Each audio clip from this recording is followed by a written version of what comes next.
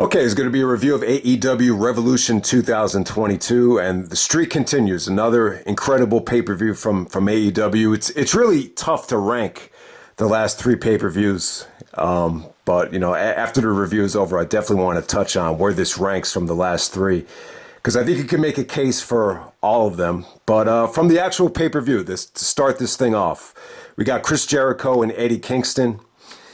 I don't think we've ever seen Jericho get this personal with anybody. And obviously this is a big match for Eddie Kingston. Because let's face it, Kingston's been cutting, these incredible promos against Moxley, against CM Punk, and even had the match with Danielson and Miro, and he fell short in all of them.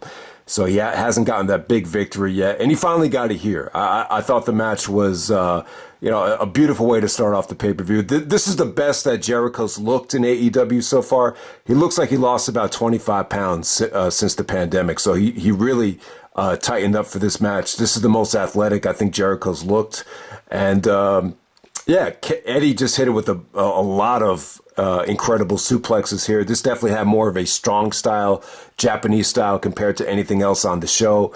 Some of the suplexes that Jericho delivered were just breathtaking here. So Eddie definitely took a lot of punishment. They did some stuff with the turnbuckle that they didn't go back to, but that didn't really take away from the match for me. I think ending this thing by submission, I thought it gave it I think it put Eddie over huge. I like the fact that Jericho didn't shake hands because, one of the criticisms I've had about Jericho, especially since he lost the Undisputed title, was that he came out and said that he didn't need to be champion to be effective, which is true. But I don't think you ever want to come out and say, you don't want to win the championship. So I like this version of Jericho where he's a little bit disgruntled. He has that eye of the tiger, doesn't want to lose. So, Jericho did turn heel.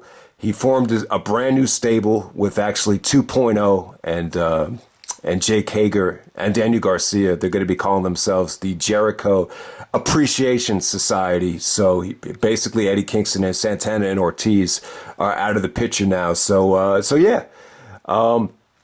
I like Jericho turning heel. I think the good thing about Jericho being a heel, I think you got way too many, baby faces like CM Punk, Hangman, even Bryan Danielson and John Moxley. So I would definitely say that, Jericho as a heel, it definitely has a little bit more value to it. I think even down the road, I like to see Jericho and Christian, as more of a tag team. That's one combination you've never seen interact in AEW yet that definitely has a lot of history there. But hey, man, I thought the match was definitely one of the better things on the show. I really thought it kicked off the show with a bang. So some people were saying Jericho's best match in AEW. I think that's going a little bit too far because I really like the matches he had with Omega and Cody. But without a doubt, I would say this is the best that Jericho's looked in AEW so far. And huge win for Eddie Kingston. It looks like, Eddie and Santana or Ortiz, they're going to be feuding with this Jericho stable, and we'll see if Eddie could really, use this victory and, try to cash in on it and not stray away from some of that success that Jericho thought he was afraid of. So we'll see if Eddie could really, catapult his career after this victory here. But yeah, awesome match. Jericho did the right thing, and yeah, I love the way this ended right here. So let's move on to the next match. We got the Jurassic Express, Jungle Boy and Luchasaurus defending the tag team belts against Red Dragon and the Young Bucks. Three-way tag match for the AEW tag team titles. Yeah, it's tough to make these work. I would definitely say this, for Jim Cornette obviously hated this match. So there's going to be some old school guys that, don't like this match for a lot of different reasons. Maybe because of the rules or maybe because of the, it's a little bit too spot happy. But for a three-way tag to work to, the old school level, you got to build a whole show around it, and it's got to be a slow burn. And you probably have to have it as the main event, or at least one of the marquee matches. For the spot that they were in, I thought what they did here was really, really cool. I thought it was, from an athletic standpoint, from a spot standpoint, from just, overall excitement, it was probably the best thing on the show, just from an entertainment standpoint. In terms of storytelling, I thought there were some elements there You definitely saw O'Reilly and the Young Bucks, not on the same page. O'Reilly had the mindset of, oh yeah, I forgot. Like they were supposed to work together. And then obviously by the end of the match, they were breaking up pinfalls and they weren't working together. So you definitely saw a little bit of dissension between Red Dragon and the Bucks, which is what they were teasing, throughout this whole, throughout the last couple of weeks on television. And with Jungle Boy and Luchasaurus, I really thought that the guy that really shined here was Luchasaurus. He really kind of stood out like a more athletic version of Kane, and I just thought he had a good showing here. I thought there was some really creative things with the O'Reilly Nigel spot actually ended up being more of a double clothesline. I thought that came off great. There was actually, Jungle Boy actually doing a shooting star press to break up the front face guillotine face lock. I thought Bobby Fish actually, from a fundamental standpoint, he tried to, imply a little bit more fundamentals with the double teams more than anybody here. But yeah, the Bucks are this is what you would expect from the Young Bucks. Whether you like them or not, this is the match that they deliver in a triple threat tag. This was the style that I thought it should have been. It was just a lot of fun. And, I'm not going to say it was the match of the night, but, if you like tag team wrestling with a lot of fast-paced action and high spots, this definitely satisfied, I think, that for fans that like that genre. So, yeah, definitely good stuff there. Okay, so next up, we got the Face of the Revolution ladder match for a future AEW TNT championship match. Okay, so this actually got a lot of time. We got Wardlow, we got Christian Cage, we got Keith Lee, Orange Cassidy, Powerhouse Hobbs, and Ricky Starks. I thought the match was actually a lot of fun, but at the same time, like if this was the Money in the Bank ladder match, I could see this, getting trashed. If they had this style of a match at Money in the Bank, so nowhere near as good as the match that actually took place at this past year's Money in the Bank. But for what this was on the show, I thought it was highly entertaining. You saw a lot of the big men really, trying to overpower each other. You could tell Jim Ross is a little bit frustrated with some of the things in this match. He was like, I would suggest you get back to the ring. But that ended up being a Wardlow spot off the ramp, where he, body blocked Powerhouse Hobbs and Keith Lee. I would definitely say this: the Orange Cassidy ended up getting hurt from a hip toss from Keith Lee. But what really stood out about Cassidy was just that pull-up spot where they were actually holding him up on the ladder, and he pulled himself up to try to get the belt. I thought that was really cool. The fans were kind of booing Christian a little bit. So, and I remember back at Double or Nothing, they started turning on him too in that Battle Royal. So it seems like whenever Christian's in a multi-man match with a lot of younger talent, there seems to be a little bit of resistance towards Christian. And, I actually did watch the pay-per-view with my brother, who was really blown away by the show, but he brought up Christian in TNA about how, he really thought that was a bad decision for TNA to give Christian the belt that soon. And maybe that kind of played in a lot of people's minds here about, the hesitancy towards Christian. But, yeah. The ending here with Wardlow actually powerbombing Ricky Starks. At first, I thought Starks was trying to do a reverse Rana to the powerbomb, but when you look closely, Starks was actually trying to protect his neck on the powerbomb, which is a good call. Rather him be safe than sorry.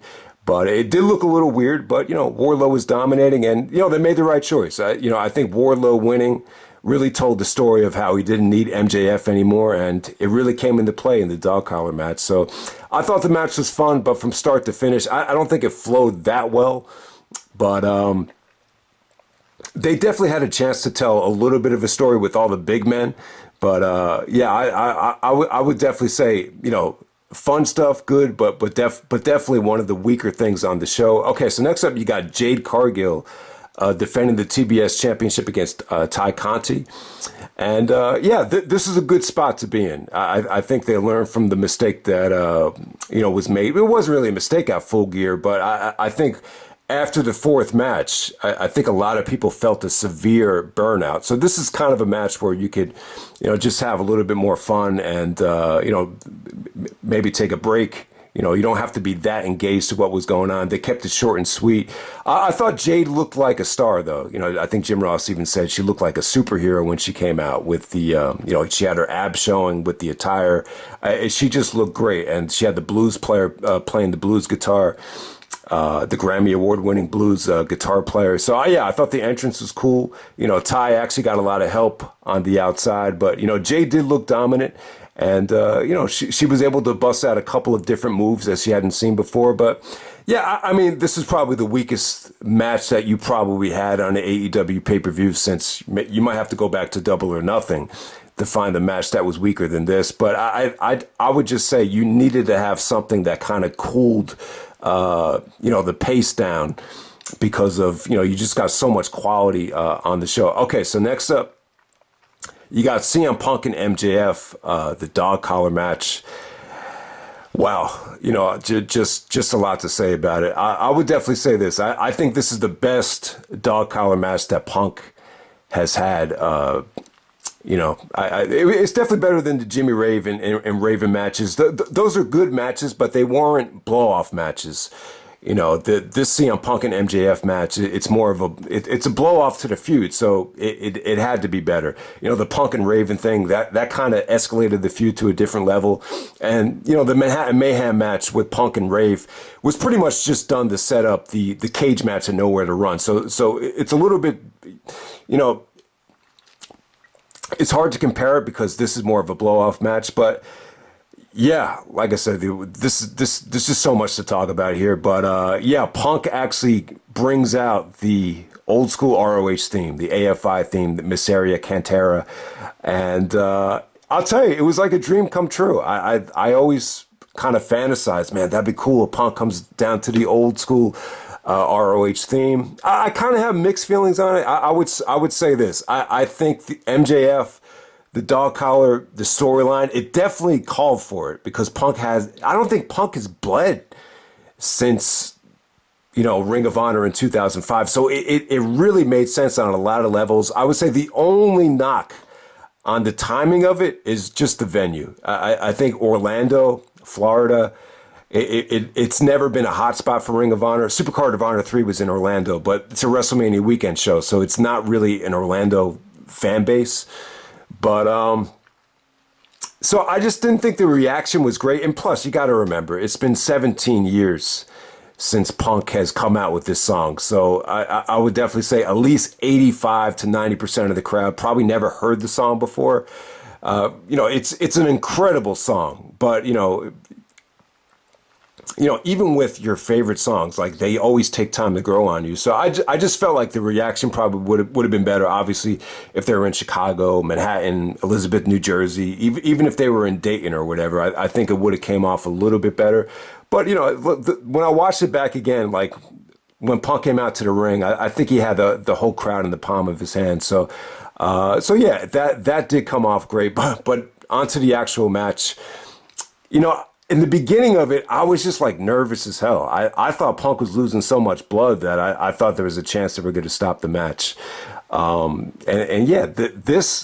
This was cool. And this definitely felt like Punk was in a playground right here to have this little throwback, to the ROH days. He definitely looked like he was having a lot of fun out there. But at the same time, I just felt like they were going to stop the match. You had like some bad flashbacks to Eddie Guerrero, at Judgment Day 2004, where he went in the shock and lost too much blood. So I was worried about it, especially when he was, going to work on MJF's fingers with the blood just, pouring out right there. I'm just like, man.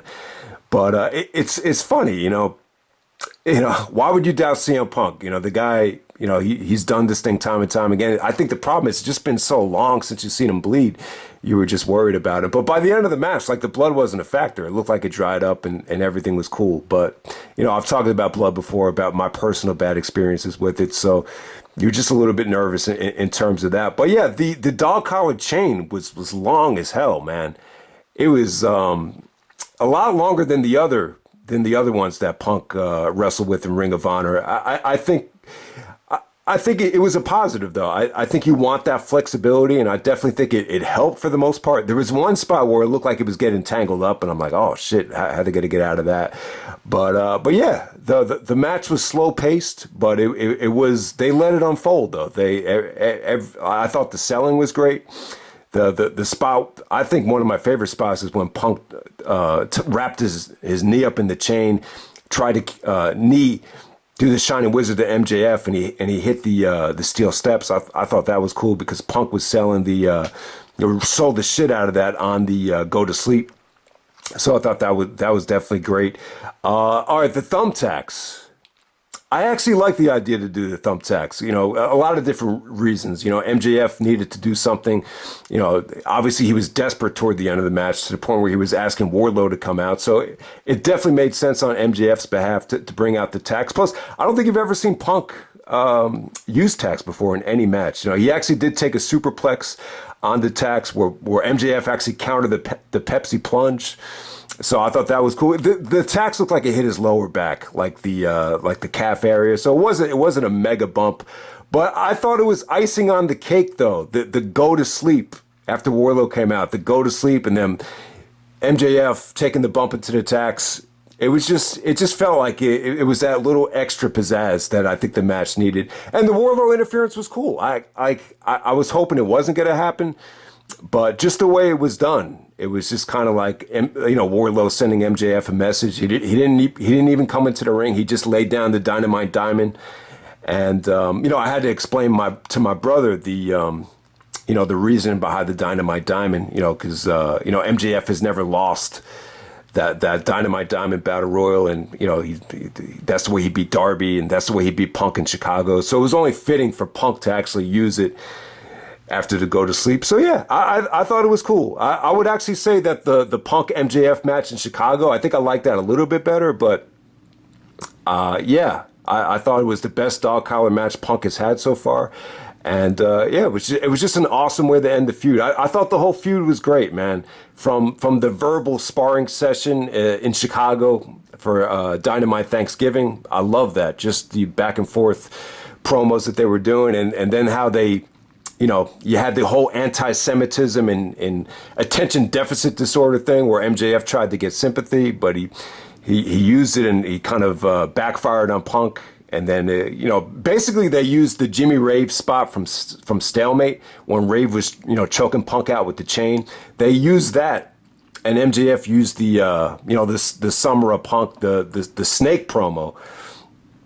When MJF finally when CM Punk turned heel and shit on the fans after he won the ROH title. So they used those two spots from Stalemate and Death Before Dishonor 3, and they nailed it with a beautiful, you know, go home segment. So yeah, I thought the MJF and Punk stuff is one of the best feuds we've seen in a long time. And you know, the two matches they had did deliver, but you know, it looks like Punk is going to go on to challenge the champion at Double or Nothing. Yeah, I'd be cool with seeing Punk and Hangman Page at Double or Nothing. You know, it feels a little bit soon, but you know, you can't wait forever. And you know, maybe they could use some of that you know, Punk Raven stuff or Punk Jeff Hardy stuff with the alcohol and straight edge. And yeah, you knew it was coming, but you know, maybe not this soon. But I think that's probably the perfect time to do it. Okay, next up we got Dr. Britt Baker taking on Thunder Rosa for the AEW Women's Championship. You know, it was pretty much what I expected. I didn't think they'd be able to replicate the magic that they created last year at St. Patrick's Day in the Lights Out match. It's just a weird situation on a lot of levels. This is the Pro Wrestling Illustrated match of the year, and you know, the rematch probably ends up, I might even say, you know, arguably the weakest thing on the actual pay-per-view. So I don't know if you could say that about any Pro Wrestling Illustrated match of the year, you know, rematch.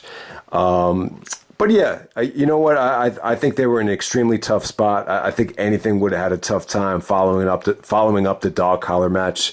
The fans just didn't seem that into Thunder Rosa, and it almost felt like they kind of expected the interference to be a nuisance and to be a problem. You know, Rebel took a nasty bump from Thunder Rosa, but ultimately, the distraction of both of them at ringside was just a little bit too much. And Britt Baker actually won with a curb stomp, believe it or not. But, anytime Britt hit a big move, whether it be the finisher off the top rope, kind of a white noise, variation of the white noise off the top rope, or even the curb stomp, it just didn't seem like the fans, reacted well. And, but hey, this sets up a rematch, a steel cage match for the 1-year anniversary from their St. Patrick's Day Lights Out match. I don't see Britt Baker losing the belt anytime soon. Like, even though this might have been the weakest performance of her title reign so far, I still think she's an incredible star. And, she's just hot right now. So I don't see her losing the Thunder. I understand it's in Thunder Rosa's hometown, but it should be interesting to see how they book the steel cage match. Okay, next up we got Jon Moxley taking on Bryan Danielson. I'm going to say this is the match of the night. I just thought it was intense, man. This is a combination of scientific wrestling blended in there with, a lot of sadistic brawling. And, the combination was just great. And I'll tell you what, man, if you watch Dynamite, it really answers a lot of questions as to, why these guys would make it, such a great tag team. But, all right, so Cornette's criticism of this, I did want to touch on it, because I was kind of thinking the same thing, too, because you knew Punk and MJF was going to be a bloodfest. So the storyline here was that they both had to bleed in order to start tag teaming together. So Moxley and Danielson bled here. Danielson didn't bleed as bad as he did against Hangman. He kind of just had like a gash on his forehead, but it looked like it could have been Moxley's blood. Moxley definitely bled a lot more, but yeah, I thought this was a war, man. I thought Danielson was great here. He just seems in such control. I'll definitely say that it definitely felt like everything here you can buy into. My brother loved the match. He thought it was match of the night too. He did say this. He said that for Punk and MJF, he bought into the match mostly, but just not the whole thing. But he said for Moxley and Danielson, he bought into what they were doing the entire time. I just think it's the strategy of Danielson. Like, everything he just does is engaging. And you kind of reminiscent of some of the Nigel matches, especially the unified one with just the elbows and the blood coming out. It was it was definitely crazy stuff, man. There was definitely some beautiful reversals out of the Moxley's choke into the Regal Plex. Love the fact that he busted out the Regal Plex because William Regal did show up, so I thought that was cool. Okay, the ending, I wasn't crazy about the ending.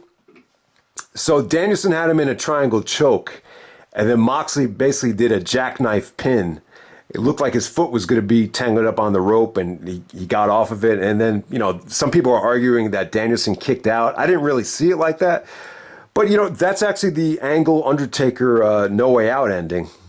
So I don't know if anyone brought that up, which is, I think the ending was cool. I didn't think it was bad. I thought it was creative. I really thought Moxley needed the victory. Danielson was in such control here, and just by the way it ended, I don't think it really hurt Danielson to lose this match.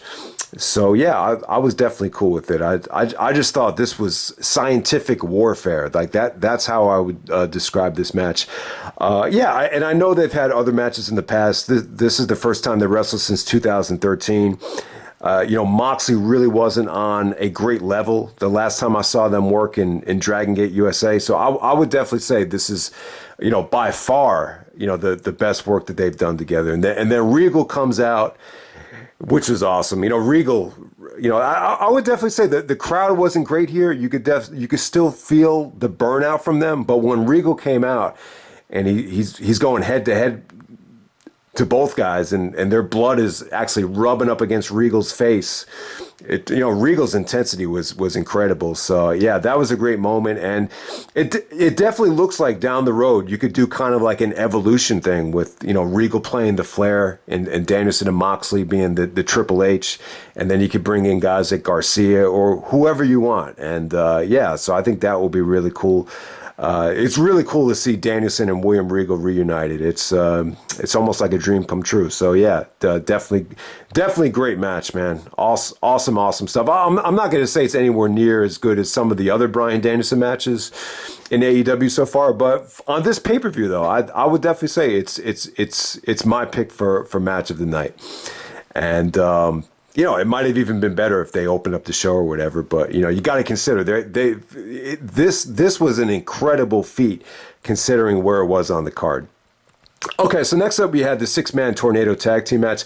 Okay, so this was kind of reminiscent of what they did at Full Gear. They put that Inner Circle versus America's top tag team, the Dan Lambert team. Very reminiscent of that spot, where this is going to be like, chaos right before the main event. So you got Darby Allin, Sammy Guevara, and Sting taking the Andrade Hardy family office of Andrade El Idolo, Matt Hardy, and Isiah Cassidy.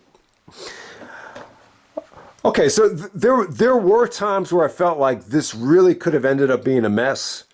But god damn it, man. So some of the spots here were just incredible. Okay, so Sammy actually busted out the Spanish Fly to Isiah Cassidy. It was basically on a ramp through a set of tables, and it looked like a King to Ka spot from like Great Adventure. It's almost the equivalent of trying to risk going on that roller coaster in the rain. Like it looked nasty, man. That was probably the spot of the night in terms of dangerous, in terms of being dangerous. I mean, it was an incredible spot. I don't think people, I don't know. It just seems like not a lot of people were talking about how, risky that was, but they pulled it off, and I think both guys are okay. And then the Sting stuff. They compared Sting to New Jack. He did a dive off the top of the balcony through 3 tables, which looked very scary. But the funny thing is, like, Sting was supposed to retire at Bound for Glory 2009. You fast forward 13 years later, and he's taking the biggest bumps of his career. So that was pretty crazy. And and then it ended with Darby and Matt Hardy kind of doing some back and forth. So Matt Hardy actually gets pinned by Darby. Didn't look like Darby hit the coffin drop clean, but hey, it was cool. So Andrade actually turns on the Hardy family. And then Jeff Hardy comes out to make the save. So, yeah, I'll just say this. I'd just be very meticulous and very careful about how you book Jeff Hardy, because you got to remember, in TNA, I think a lot of fans, including myself, really turned away when they were trying to, really make, Jeff Hardy the babyface, the merchandise seller. So you just got to be really careful. But if you want to have Jeff and Matt team up to take on the Hardley Boys, or the Young Bucks, as Jim Cornette would say, that'd be pretty cool. Even if you want to do some Punk and Jeff stuff on Dynamite, I'd be down for that. But at this stage, I'm pretty confident that they're going to book Jeff Hardy the right way. Okay, so now we move on to the main event, AEW World Title. We got Hangman Adam Page taking on Adam Cole. I thought it was great stuff, man. Adam versus Adam, both guys, I'll say both guys have come a long way from the Ring of Honor days. I guess the last time these guys were in the same company, Cole was the champion and Hangman was still trying to prove himself. But at this particular time, Hangman was able to get, the stamp of approval from Cole. Yeah, I thought the match was great. I would definitely say it was, arguably the most exciting thing of the night. I think obviously the Young Bucks was probably a little bit more spot happy, but this probably, if you like overkill matches, if you like the Adam Cole, Johnny Gargano series from NXT, then this is the match for you. It definitely over-delivered. I thought there was some really good psychology too from Adam Page. The one spot in the match where Cole was about to nail him with consecutive Shining Wizards, he just fell flat face on the mat playing possum just to avoid that collision, and the fans actually reacted to it. They thought it was great. So crowd reaction wise, I was surprised at how much they were able to follow here, and it came off great. It really did. You saw a lot of crazy stuff with the Canadian Destroyer.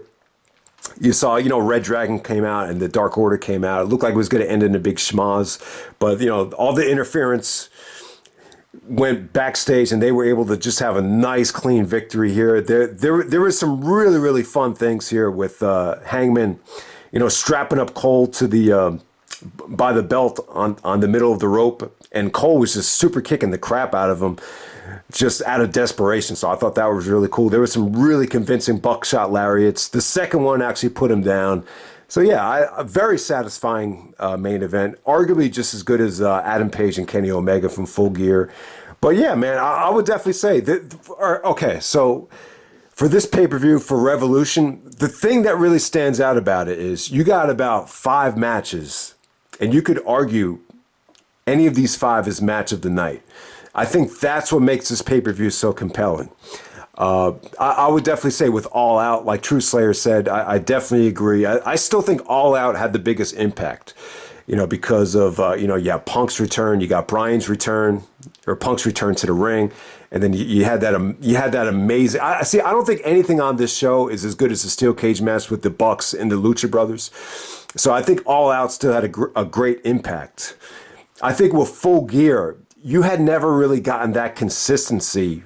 It did feel like it was overkill, but bottom line is I think Full Gear is it's got to be the most consistent pay-per-view ever. So I think that's what Full Gear has on either one of them. But I would definitely say with Revolution, look, I'm going to be honest with you guys. My brother does not like current wrestling anymore, and we were able to watch this show together.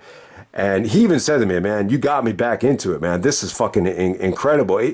After the show is over, he starts I didn't even ask him. He just started ranking the matches. He's like, Bryan Danielson, Moxley, my favorite match. Then I got to go with the dog collar match. Then I got to go with this, and then I got to go with that. So he's actually like debating. He's like fighting with himself over what was match of the night. And this is someone that doesn't even like the business anymore. So that shows you the power of the show.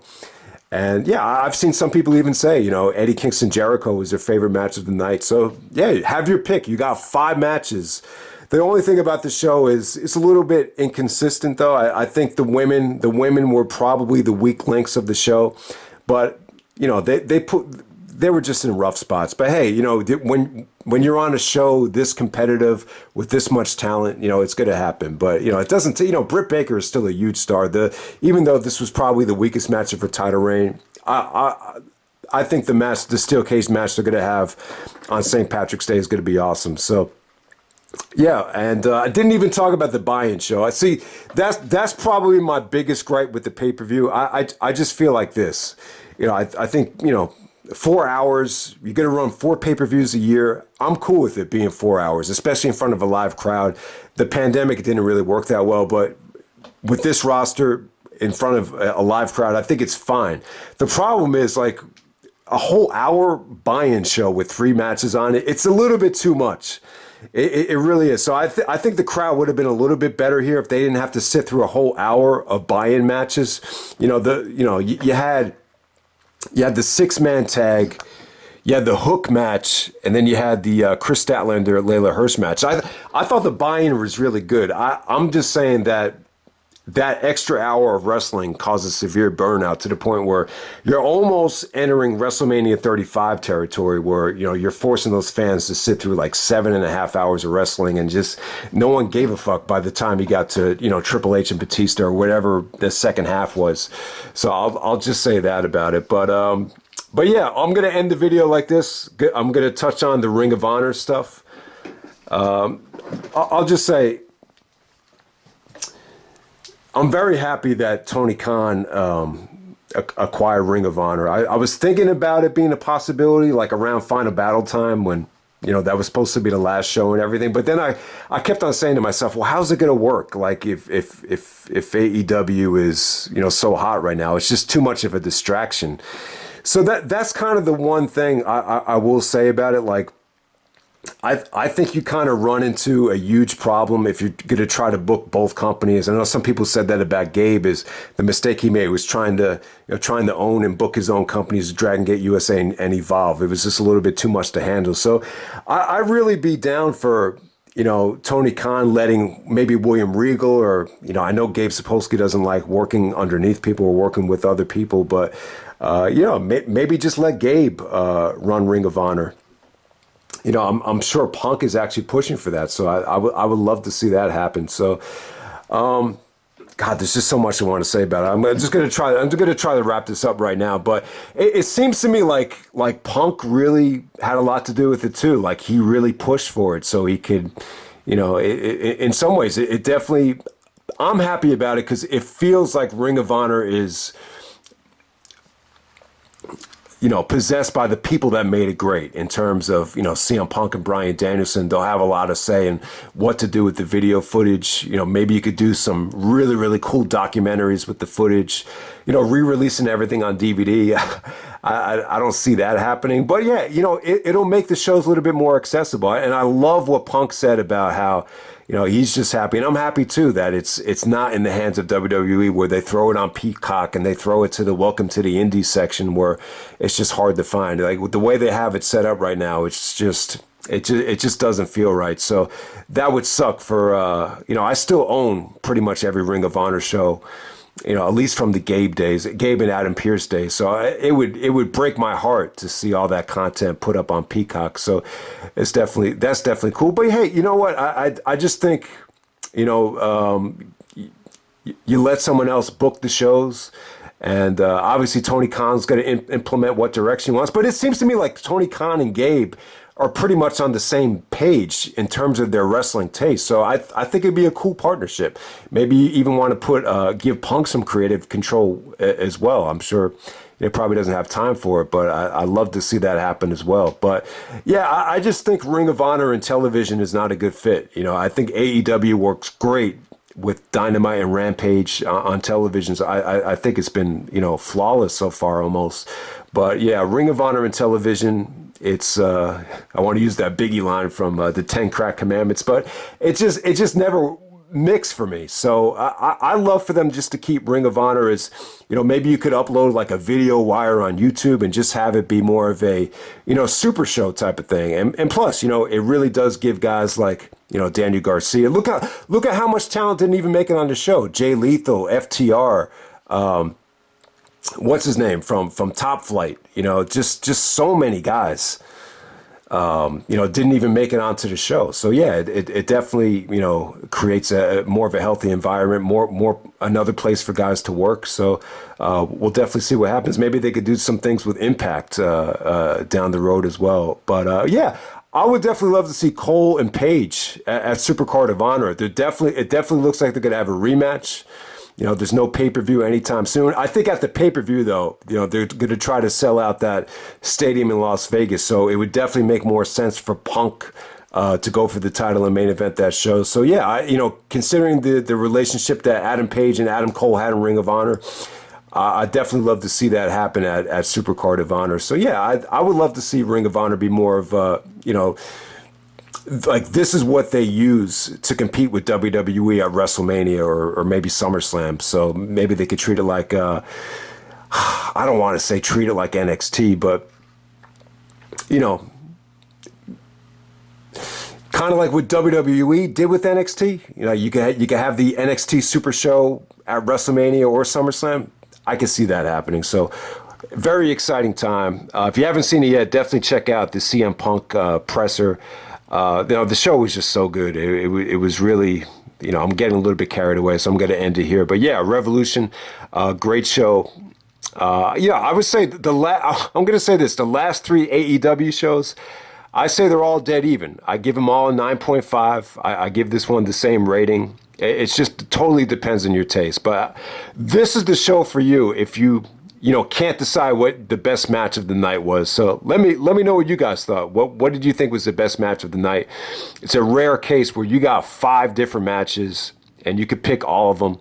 The thing with All Out was, I don't think match of the night was, you could argue what the match of the night was. It was very well defined. But on this show right here, it's like take your pick. So hope you guys enjoyed the review, and I'm out. All right.